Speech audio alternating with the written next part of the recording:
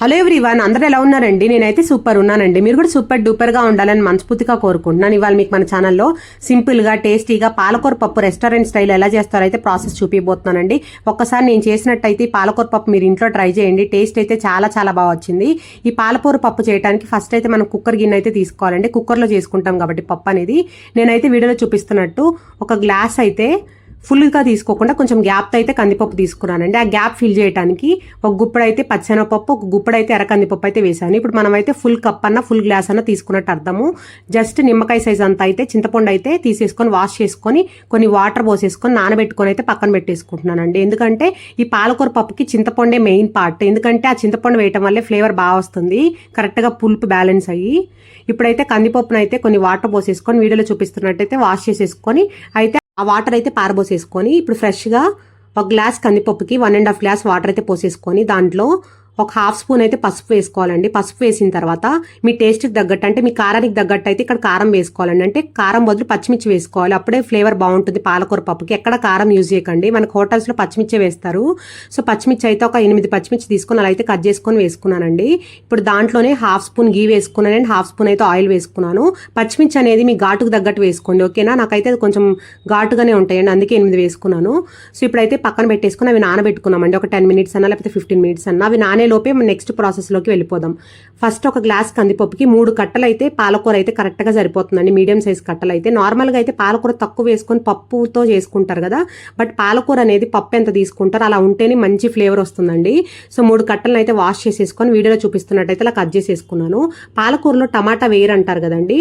నార్మల్గా అయితే టమాటా వేస్తే లోపల ఉన్న సీడ్స్ ఉంటాయి కదండి టమాటాలో, ఆ సీడ్సే ప్రాబ్లం అంట. ఎందుకంటే కిడ్నీలో స్టోన్స్ ఉండే వాళ్ళకి, అందరికీ కాదు. సో టమాటాలో ఉన్న గుజ్జు అయితే తీసేసి టమాటానే యూజ్ చేస్తున్నాను. ఫస్ట్ అయితే ఉల్లిపాయ అయితే కట్ చేసుకుంటున్నానండి. ఒక గ్లాస్ కందిపప్పుకి ఒక ఉల్లిపాయ అయితే సరిగ్గా సరిపోతుంది. ఇప్పుడైతే పాలకూర 3 కట్టలు తీసుకున్నాం కాబట్టి ఒక టమాటా సరిపోతుంది. ఎందుకంటే పాలకూరలో పులుపు ఉంటుంది కదా కొంచెం, ఎందుకంటే మళ్ళీ చింతపండు కూడా యూజ్ చేస్తాం కాబట్టి టమాటా ఎక్కువ పట్టదు. మీకు కనుక అలా టమాటా కూడా వేసుకోవటం ఇష్టం లేదు అనుకుంటే టమాటా స్కిప్ చేసినా పర్లేదండి, ఎందుకంటే పులుపుకి మనము చింతపండు యూజ్ చేస్తాం కాబట్టి. నేనైతే ఖచ్చితంగా టమాటా తీసుకుంటాను, ఎందుకంటే ఫ్లేవర్ మంచిగా ఉంటుంది కాబట్టి.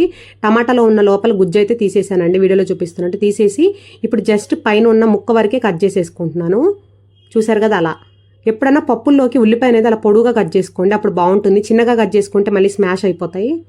ఇప్పుడైతే టమాటాలు కూడా కట్ చేసేసుకున్నాను కదా, కరేపాకు కూడా వాష్ చేసుకొని పక్కన పెట్టేసుకున్నానండి. ఇప్పుడు ఈ పాలకూర పప్పుకి కరెక్ట్గా ఒక 10 వెల్లుల్లి అయితే నేను తీసుకున్నానండి. వెల్లుల్లి ఫ్లేవర్ ఉంటేనే బాగుంటుంది పాలకూర పప్పుకి, ఎందుకంటే పాలకూరకి అదొక మంచి స్మెల్ ఉంటుంది కదండి, ఆ స్మెల్ని ఎన్హాన్స్ చేస్తుంది వెల్లుల్లి అనేది. సో వెల్లుల్లి పొట్టు తీయకుండా అలా కచ్చా పచ్చగా అయితే దంచేసుకొని పక్కన పెట్టేసుకుంటున్నాను.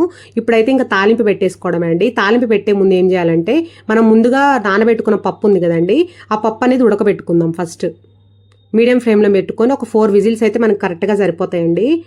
ఎందుకంటే పప్పు అనేది ఎంత మెత్తగా ఉంటే పాలకూర పప్పు అనేది అంత బాగుంటుంది. సో అందుకే మెత్తగా ఉడకబెట్టుకోండి పప్పు అనేది. నార్మల్గా అయితే డైరెక్ట్గా పాలకూర కూడా కుక్కర్లో వేసేస్తారు కదా, బట్ అలా వేసుకుంటే ఏంటంటే త్వరగా పప్పు ఉడికిపోతుంది కాబట్టి పాలకూర కూడా ఉడికిపోతుందండి. అప్పుడు కొంచెం స్మెల్గా అనిపిస్తుంది పాలకూర పప్పు. గమనించారు ఎప్పుడైనా? అలా స్మెల్ రాకుండా చేసుకోవాలనుకుంటే ఇలా చేసుకోండి నేను చెప్పినట్టు. సో ఇప్పుడైతే మనకి పప్పు కూడా ఉడికిపోయింది, చూసారా? అలా ఉడికిపోయిన పప్పును అయితే స్మాషర్ తీసేసుకొని ఆ పచ్చిమిర్చి కూడా స్మాష్ అయ్యేలాగా అయితే పప్పు మెదుపుకోవాలండి. చూసారండి పప్పు ఎంత స్మూత్గా మెదిగిపోయిందో? ఇలా అయితే ఖచ్చితంగా మెత్తగా ఉండాలి పప్పు అనేది. ఈ పప్పు అయితే పక్కన పెట్టేసుకున్నామండి. ఇప్పుడైతే తాలింపు పెట్టేసుకున్నాము.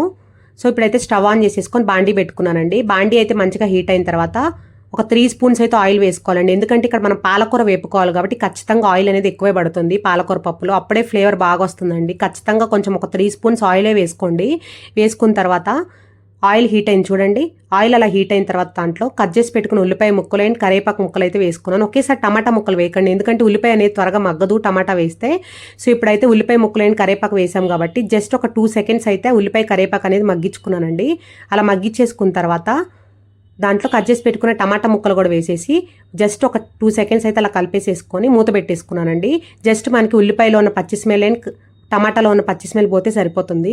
అలా అయితే చూసారా వీడియోలో చూపిస్తున్నట్టు మూత తీసేసుకొని అయితే అలా కొంచెం మగ్గితే సరిపోతుందండి. అలా మగ్గిపోయిన తర్వాత మనం కట్ చేసి పెట్టుకున్న పాలకూర ఉంది కదండి, ఆ పాలకూర అనేది డైరెక్ట్గా దీంట్లో వేసేసి పాలకూర వేసిన తర్వాత ఒకేసారి తిప్పేయకుండా పాలకూర వేసిన తర్వాత మూత పెట్టేసుకొని అంతే ఒక మీడియం ఫ్లేమ్ మీద పెట్టారనుకోండి పాలకూర అనేది ఈజీగా ముడిచిపోతుందండి. అప్పుడు మనకి తిప్పడానికి ఈజీగా ఉంటుంది. బాండీకి కూడా పెద్ద బాండీ పెట్టుకునే పని ఉండదు.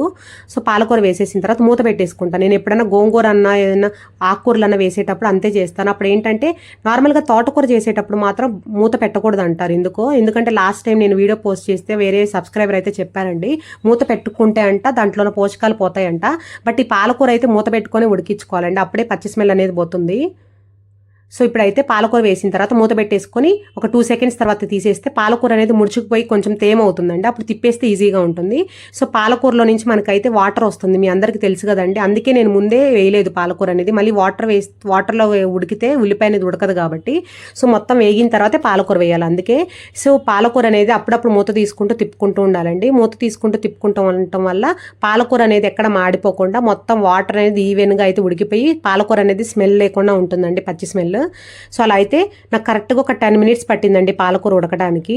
చూసారా, అలా ఉడికిపోయి పైకి అయితే ఆయిల్ వస్తుంది. ఖచ్చితంగా ఈ ఆయిల్ వచ్చే వరకు అయితే మనకి ఈ పాలకూర అనేది ఉడకబెట్టుకోవాలండి, అప్పుడే ఇక్కడ ఫ్లేవర్ అనేది వస్తుంది మనకి, మంచి ఫ్లేవర్ పాలకూరలో నుంచి.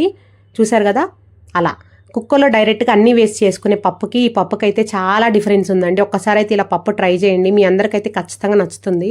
సో ఇప్పుడైతే పాలకూరలో నుంచి మనకి పైకి ఆయిల్ వచ్చేసింది, చూసారా అండి. అలా ఆయిల్ వచ్చేసిన తర్వాత అక్కడ మనము చింతపండు నానబెట్టుకున్నాం కదండి, నానబెట్టుకున్న నిమ్మకాయ సైజంత చింతపండు అయితే వీడియోలో చూపిస్తున్నట్టు దాంట్లో ఉన్న పిప్ అంతా అయితే తీసేసి జస్ట్ గుజ్జు వరకు అయితే పాలకూరలో అయితే వేసుకున్నానండి. వేసేసుకొని తర్వాత దాంట్లో స్మాష్ చేసుకున్న పప్పు కూడా వేసేసుకుంటున్నానండి. వేసేసుకొని ఒక సెకండ్ అయితే అలా తిప్పేసుకుంటున్నాను. అంటే ఇప్పుడు మనం వేసుకున్న చింతపండు రసమైన పప్పు అనేది ఆ పాలకూరలో పట్టిస్తున్నాను చూడండి.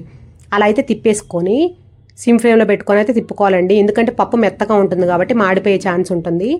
అలా అయితే తిప్పేసుకొని ఇప్పుడు ఏం చేయాలంటే దీంట్లోకి స్పెషల్గా తాలింపు వేసుకోవాలండి. ఇలా వేసుకుంటేనే తాలింపు అనేది ఫ్లేవర్ బాగుంటుందండి. కొంచెం చాకిరి అనుకోకుండా ఇలా అయితే చేసుకోండి. అలా కలిపేసుకున్న పప్పులో మీ టేస్ట్కి తగ్గట్టు అయితే అక్కడ ఉప్పు వేసుకోండి. నేనైతే కల్లుప్పు యూజ్ చేస్తానండి ఏ రెసిపీస్లో అన్నా. ఇప్పుడు ఉప్పు అనేది పాలకూరలో ఎక్కువ పట్టదండి, ఎందుకంటే పాలకూరలో అదొక ఉప్పులాగా ఉంటుంది కదా. సో పాలకూరలో అయితే ఉప్పు ఎక్కువ పట్టదు. సో బిగినర్స్కి చెప్తున్నారు, ఎవరైనా స్టార్టింగ్ వంటలు చేసే వాళ్ళకి.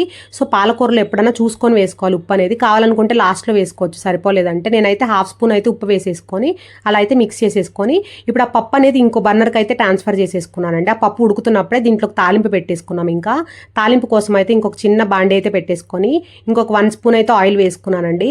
ఇక్కడ మీరు తాలింపు పెట్టుకోవాలనుకుంటే 1/2 స్పూన్ ఆయిల్ అండ్ 1/2 స్పూన్ గీ అన్న వేసుకోవచ్చు. బట్ నాకు గీ వేసుకుంటే ఏంటంటే పప్పు ఈవినింగ్కి సప్పబడిపోతుందండి ఇలా చేసుకుంటే కొంచెం గీతో. అందుకే ఈవినింగ్ కూడా బాగుండేటట్టు జస్ట్ ఆయిల్తోనే నేను చేసుకుంటున్నాను. మీకు గీ ఫ్లేవర్ నచ్చితే గీ కూడా వేసుకోవచ్చు. ఇప్పుడు ఆయిల్ హీట్ అయిన తర్వాత దాంట్లో ఆవాలు అండ్ ఎండుమిర్చి అయితే వేసుకున్నాను కదండి. ఆవాలు కొంచెం చిటపట్లు ఆడిన తర్వాత అప్పుడు జీలకర్ర వేసుకోండి, అప్పుడే జీలకర్రకి మంచి ఫ్లేవర్ వస్తుంది. జీలకర్ర కూడా వేగిన తర్వాత దాంట్లో దంచి పెట్టుకున్న వెల్లుల్లి, కరేపాకు అండ్ కొత్తిమీర కూడా వేసేసుకొని మంచిగా అయితే గోల్డెన్ కలర్ వచ్చేలాగా వెల్లుల్లి అనేది ఫ్రై చేసుకోవాలండి. అలా తాలింపు అయితే మంచిగా చూసారండి ఫ్రై అయిపోయింది కదా. ఇప్పుడు ఆ తాలింపు అనేది ఇప్పుడు మనం ఉడకబెట్టుకుంటున్నాం కదండి, ఆ పప్పులో వేసేసి ఆ తాలింపులో జస్ట్ ఒక 2 సెకండ్స్ అన్న ఉడకబెట్టుకోవాలండి. అసలు అప్పుడు వచ్చిందండి ఫ్లేవర్. తిన్న తర్వాత కూడా మీ చెయ్యి అనేది అంత కమ్మటైన స్మెల్ వస్తుందండి, పప్పు స్మెల్ అంత టేస్టీగా వచ్చింది ఇలా చేసుకుంటే. కొంచెం అయితే మనం చేసే రెగ్యులర్ పప్పు కన్నా కొంచెం ఇది పని అనిపిస్తుంది. బట్ ఒక్కసారి మీరు ప్రాసెస్ చేశారంటే ఇంక ఇది కూడా ఈజీగా అయిపోతుందండి. ఫస్ట్ టైం చేసేటప్పుడు నాకు కొంచెం అంతే అనిపించింది, బట్ ఈ ప్రాసెస్లో తిన్న తర్వాత పని అనిపించలేదండి, అంత టేస్టీగా వచ్చింది. సో పప్పు అయితే తాలింపు వేసేసాం కదా, అలా పైన తాలింపు వేసేసిన తర్వాత ఒక 1 సెకండ్ మూత పెట్టేసేయండి. ఆ తాలింపు అనేది ఆ పప్పుకి పడుతుంది. అలా పట్టేసిన తర్వాత ఒక 1 సెకండ్ తినేటప్పుడు అయితే కలిపేసేసుకొని వేడిగా అన్నంలో వేసేసుకొని నెయ్యి వేసుకొని అప్పడం అన్నా లేకపోతే గొట్టాలన్నా వేసేసుకొని ఆమ్లెట్ అన్నా వేసేసుకొని తినండి. టేస్ట్ అయితే చాలా చాలా బాగుందండి. రెస్టారెంట్లో పప్పుకి ఏ మాత్రం తగ్గిపోదు, అంత టేస్టీగా వచ్చింది పాలకూర పప్పు అనేది. ఈ పాలకూర పప్పు రెసిపీ కనుక మీకు నచ్చినట్టయితే please like, share and subscribe my channel. మీరు కొత్తగా మన ఛానల్ ఎవరైనా చూస్తున్నట్టయితే సబ్స్క్రైబ్ చేసుకోవడం మాత్రం మర్చిపోకండి. Take care, bye bye, see you next video. For more videos please like, share and subscribe.